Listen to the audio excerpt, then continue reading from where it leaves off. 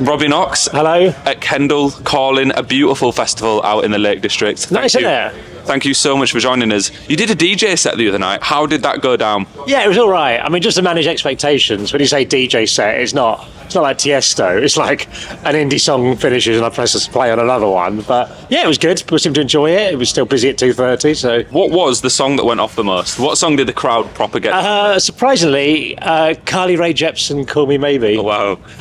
That went down really well. A lot of the things you'd expect, like Sam Fender and Arctic Monkeys and that. Espresso by Sabrina Carpenter. Yeah. Well, I'm not surprised, to be fair, that Call Me Maybe went off. That is a kind of all-time classic in England now. People absolutely love it. But how did the preparation for a DJ set compare to doing Happy Hour last year? Because you did Happy Hour at Kendall last year. Yeah, it was like last year. I think it's probably fair to say I'm more into prep than perhaps Jack is. And he's at the festival, by the way, but I literally haven't seen him all weekend. But I last year I kept for ages going, hey, should we work out what we're doing for this live thing? Should we work out what we're doing beforehand? And then Alfie Indra, who does Happy Hour with us, had a show beforehand, like a music show. And he did that. And then we had like 2 or 3 hours, 2 hour show. And then Jack went, what are we going to do for this? I went, I've kind of been asking that for a few weeks. Yeah. So it was quite chaotic. We just got, Stevie just said, if it goes quiet, I'll just down a beer.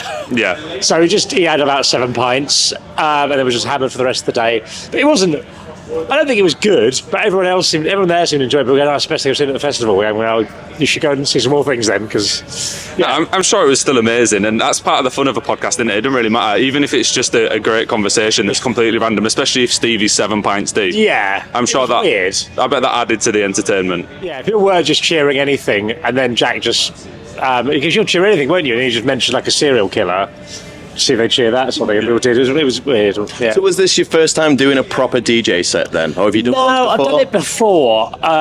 I do it occasionally, sort of thing. I'm 47, so I don't really like being up past 9 p.m. Yeah. So that's the main reason I don't do it more. But I did something I did Latitude the last couple of years, but that was like with some friends I know. Got like a Britpop club night in Norwich, and so I was playing Britpop.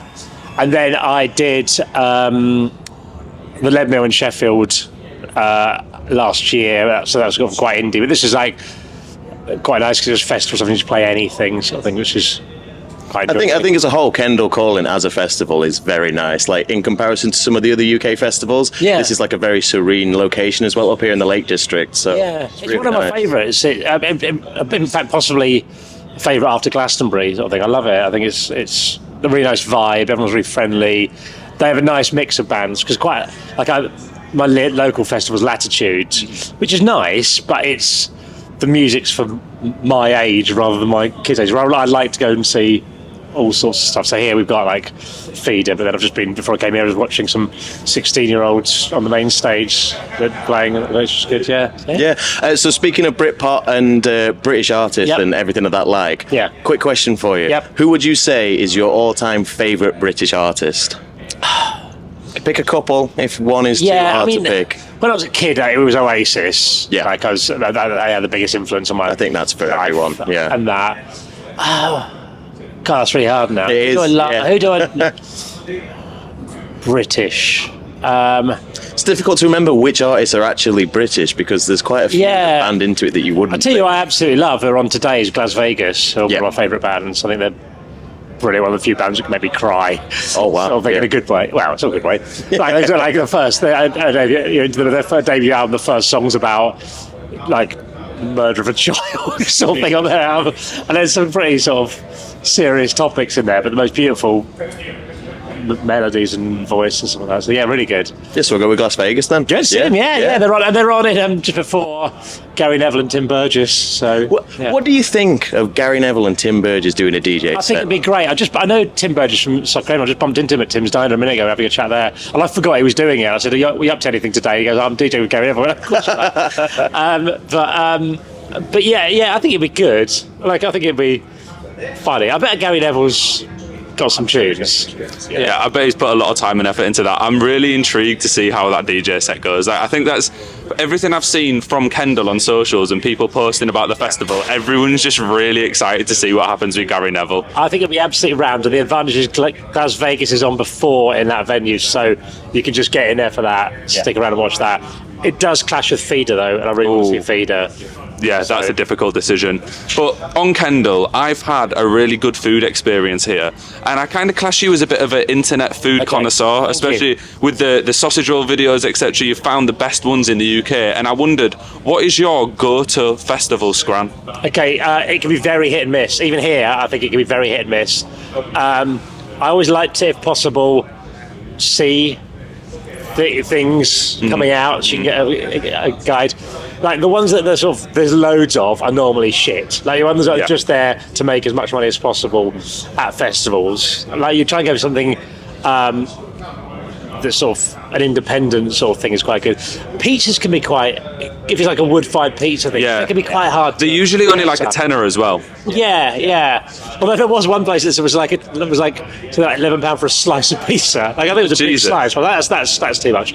But there is opposite the main stage here. It looks like one of the sort of main chain things. Chicken katsu place. Go to. Last time I was doing it like 2 meals a day because you can get some dreadful festival food. What do you think's the worst festival food you've ever had? Have you ever had a meal that's proper, like been truly disgusting? My friend Mark, who was here last year, just got something, took one bite of it and goes, "That's absolutely disgusting. Do you want it?" I went, "Well, no, you just told me." And he just threw it in the bin after one bite and spending £13 on it, whatever it was. I can't remember what it was. I had some chips a couple of nights ago that tasted like death.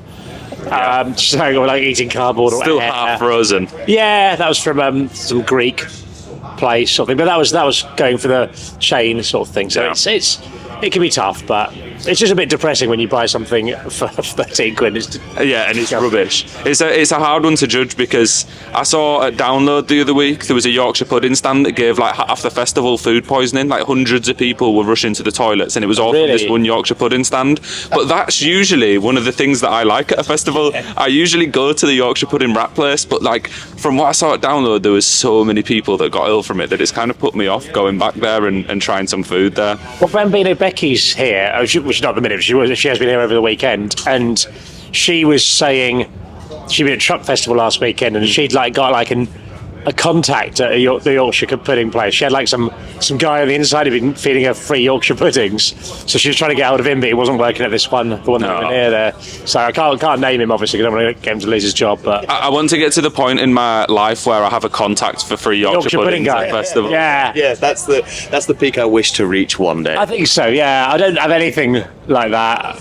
No, I got a free bubble tea once. That's good enough. Yeah, well, it's not great, is it? So, speaking of festivals, we're here at Kendall Calling. Wanted to know what has been your favourite, either you could choose gig or festival in the UK that you've attended in your entire life. Okay, festival. I mean, Glastonbury's always amazing. I think I've seen some amazing performances there. Whatever year it was, I saw Radiohead do, and I like Radiohead, but I'm not like obsessed. And just doing Karma Police right at the end was amazing. And I think like for a minute there I lost myself, and then they went off before their encore, and the whole crowd was just singing "For a Minute There I Lost," and it was beautiful. One of those great moments. I think Glastonbury's really good. Gigs, I saw Arcade Fire on their first ever London gig, and wow. It was like a uni in London, King's College, or one of those ones in London.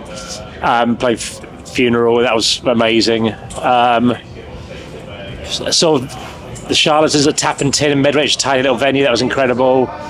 And I saw there's a band Delays, I don't know if you remember them. They were sort of around in the sort of 2000s, and Greg, the singer, died. He died a couple of years ago, but he got diagnosed with cancer, and they did and I knew them from Soccer AM. They're lovely guys, and I went to they did sort of a tribute gig where he obviously couldn't perform, but his brother sung songs and did all that. So it was really emotional and lovely. And that was, I think the closest I've been to that sort of perfect gig that you're sort of chasing. Yeah. I think it's always good when you can find a band that you really like and you got in early, so you've seen them at the smaller venues, like you were saying just then. And I recently went to a show for, do you know Soft Play? Yeah. They did an album launch, so they were doing really small venues. Oh, nice. And seeing them somewhere where it was like, you know, maybe 200 cap, it's such a different experience to seeing them in like an O2 Academy type beat. I directed them doing a music show once. It was a tiny sort of thing. They were brilliant at that as well. Oh, wow. They're so good. Really nice guys, apparently. Yeah, like lovely. The nicest people. Yeah. Well, you mentioned Soccer AM a few times there. Yep. And I know Still you living on it. Yeah, I know you're a Liverpool fan, correct? Yes. I know you go to some Norwich games, but I thought to kind of close things out, maybe a question on football because it's one of my biggest loves in life. How do you think? Sorry, who do you support? Leeds. Leeds. Yeah, I've actually got a Leeds shirt. Come on. I've got like an old retro Leeds shirt that was actually my father's. It's not even one of the reprints. Oh, nice. So it's been in the family for a while. But I wondered, how do you think Liverpool will do this season under Arne Slot? I was talking to James Walsh from the band Star Sailor yesterday. He's a Liverpool fan, and he's got connections. He knows people who know things, and he says all the signs are really positive. Like there's no one seems disappointed in the club like that. So I'm quite hopeful for it. To be honest, last year I've watched very little Premier League football. I sort of VAR and a combination of other things have sort of slightly dented my enthusiasm for it. Having said that, I've just got a season ticket for Norwich with my kids because they started supporting Norwich. So I'm going to be going to that. I think I'm probably the only Norwich season ticket holder who can only name 5 first-team players. Yeah, true. So because 3 of them play for Scotland. Obviously. I feel like at this point you're definitely transitioning into just more of a Norwich fan than a Liverpool fan. No, because I pride myself on not remotely caring whether they win or lose. Okay, right. It makes it so much more relaxing to just watch it. Like, obviously you can cheer them on and want them to. Are the kids Norwich fans? Yes, yeah, generally, sort of. They support. My wife's Man City fan. She used to go all the time when she was young, and so my kids are sort of. So my older son likes them a bit as well, but I'm sort of trying to. It's quite expensive to go to Man City, and so I'm trying to sort of guide them towards Norwich. So I think they'll get more into that with the season tickets. Yeah, definitely get them into the local. It's always an easier thing, especially if you go to the games. You feel part of the atmosphere in the community. Yeah. So 100%. Well, I grew up on an island in Kent. That's what Liverpool, my friends did. Then I found out where Liverpool was. I was like, that's so inconvenient. Like, that's dreadful news. It's the furthest possible place. Yeah. I mean, where I was, there wasn't really anything. There was Gillingham was the closest really at Maidstone. But it's still quite a way away and not very easy to get to when you're a kid. So, so I think having a decent football club nearby is probably quite good for them. Yeah, 100%. Well, Robbie, thank you very much for your time. Absolute joy. Hopefully we'll catch you hanging around near Gary Neville. That sounds a bit creepy, that, actually. Yeah. If Gary's watching, I'm we're definitely not going to be backstage trying to find you. Thank you. None of that. Thank you very much. Cheers, guys.